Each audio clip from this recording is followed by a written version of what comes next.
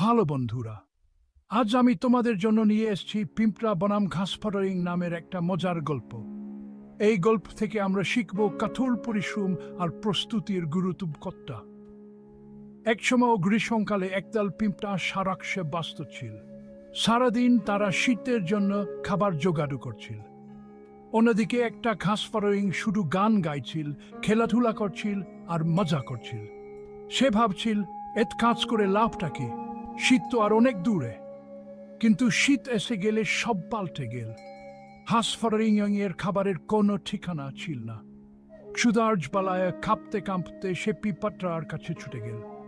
পিঁপড়া ভাই, আমাকে একটু খাবার দাও না, আমি খুব ক্ষুধার্ত বলে কাকুতি মিনতি করতে লাগল।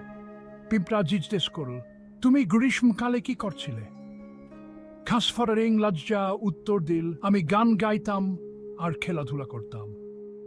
পিঁপড়া হেসে বলল, তাহলে এখন তুমি নাচো। এই কথা শুনে ঘাস ফটারিং বুঝতে পারল সে ভুল করেছে। তাহলে গল্পের শিক্ষাটা কি? জীবনে সফল হতে হলে আমাদের প্রস্তুত থাকতে হবে এবং কাকুর পরিশ্রম করতে হবে। মজা করা আরাম করা ভালো, কিন্তু ভবিষ্যতের জন্য আগে থেকে ভেবে পরিকল্পনা করাও জরুরি। তোমরা যদি এখন থেকেই পরিশ্রম করো, ভবিষ্যতের জন্য পরিকল্পনা করো, তাহলে তোমাদের জীবনে অনেক সাফল্য আসবে। মনে রাখবে, তোমরা কখনো ঘাস ফটারিং এর মতো বিপদে না পারো। ভালো থেকো বন্ধুরা, পরের ভিডিওতে আবার দেখা হবে।